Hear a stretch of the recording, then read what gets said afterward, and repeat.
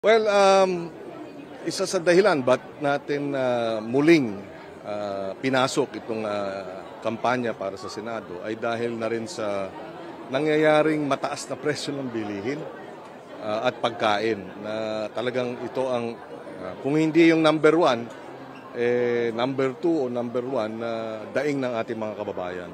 At sa track record naman natin, napatunay naman natin na kayang pababain ang presyo ng bigas at kayang makontrol ang inflation kung tama ang magiging hakbang ng gobyerno.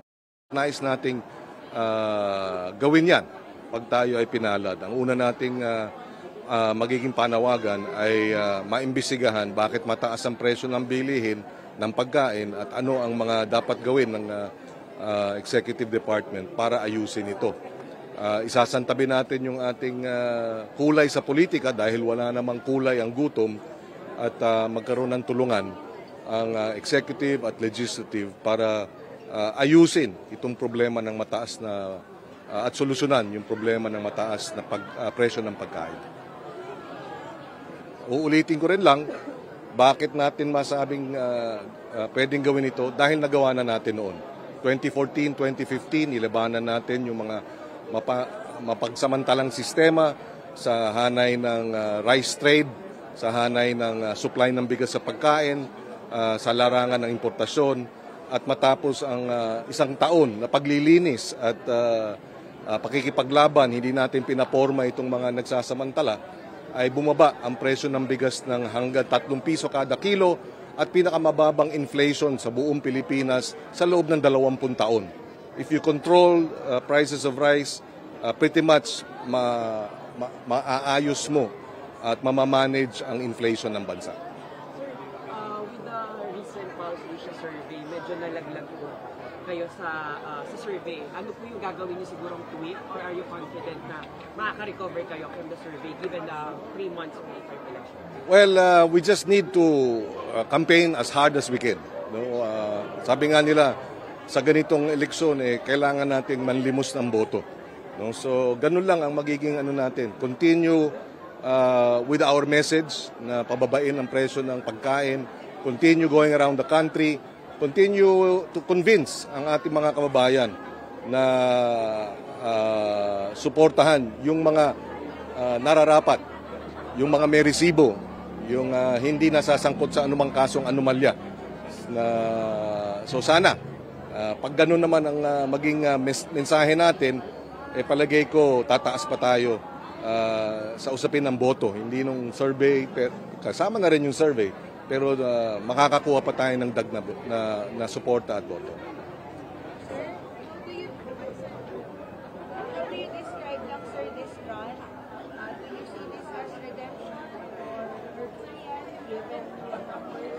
How would you describe lang, sir, compared with 2022? Kumbaga sa basketball, di ba? Second quarter na tayo. Medyo tinambakan tayo ng first quarter. So babawi tayo ng second quarter hanggang sa dulo, may papanalo na natin. No? So this is a continuation of our patuloy ng ating simulain ng gobyernong tapat. Kasi kung titingnan natin ang mga headline ngayon, kung titingnan natin yung mga issue ngayon, ganun pa rin ang problema. Corruption, pang-aabuso sa pwesto, mga illegal na gawain. So yung gobyernong tapat, hanggang ngayon, talagang, kumbaga, hindi pa tapos. Kaya tuloy-tuloy lang. I describe this as a continuation of our effort. Patuloy na isinusulong ang ating simulain para sa mababang presyo ng pagkain, tapat at totoong pamumuno.